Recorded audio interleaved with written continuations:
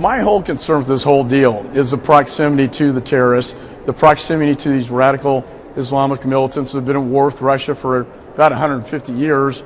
It gives everybody great pause. I have not seen an Olympic Games with this much of a threat out there. It's not theoretical. We've seen 3 suicide bombers already. That's House Homeland Security Secretary Committee Michael McCaul with me earlier today, expressing fears that the safety of the upcoming Sochi Games could be in peril.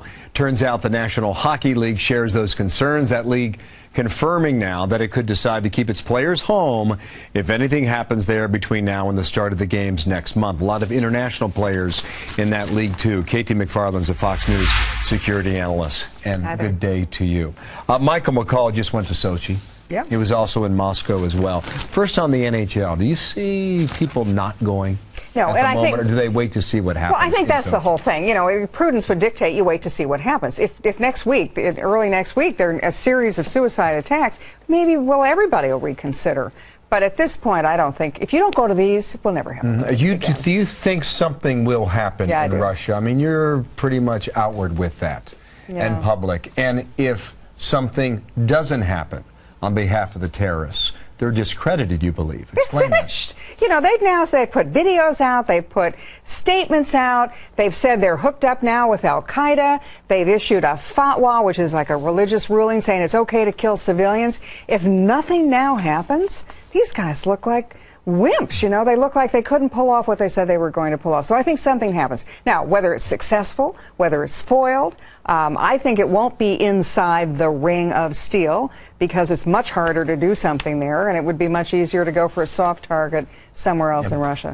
Michael McCaul also made the point, I don't think this has gotten enough attention, frankly, that Zawahiri has essentially joined forces with this group out of Chechnya and Dagestan. What do you make of that? That is actually huge, because we've always said this group, this nationalist group of Islamist terrorists, that's all Russia's problem. That's really not the world's problem. Those are just local guys who want the Russians out of their neighborhood, and so their attacks have always been just against Russians. If Al-Qaeda and Zawahiri are now in concert with them, they're kind of marrying up with each other, that means that this organization, the Chechen terrorists, now have global ambitions, which they perhaps didn't have before. And I wonder, too, you know, the headline they're trying to grab when they know the world is watching. You bet. And the world is waiting.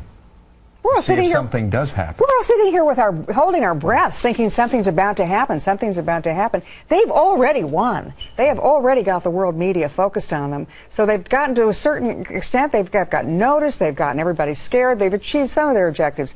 But if they don't do something that looks as serious as what the talk and chatter was in advance of this, I think they look pretty good. We're 9 days away right now, and McCaul was over there and he's explaining what he saw, etc. There's another hotspot that needs an answer from you. And Hamid Karzai appears to be turning his back already on the American forces and the United States. What do you make of this reversal of loyalty, if you can even call it that? Look, it's a time-honored Afghan tradition. He's switching sides in the middle of the fight. He was our friend while we were there. We were giving him money. He thought we were going to prevail. He now knows we're on our way out the door. What's he doing? He's trying to blame us for everything so he can go to the Taliban, who he knows are coming next, and say, see, I was with you guys all along. You know why he's doing this? Because one of his predecessors, when the Taliban came in, his name was Mohammed Najibullah, president of Afghanistan, he was captured, tortured, mutilated, body dragged through the streets of Kabul in the back of a truck and hung upside down on a lamppost. Karzai doesn't want that to happen to him. So if he can't cut a deal with the Taliban, I think he's out of there. Suitcases full of gold on the last helicopter out. Already protecting himself. Katie, thanks. More on that second topic soon. Katie McFarland in studio. Thank you. Thank you.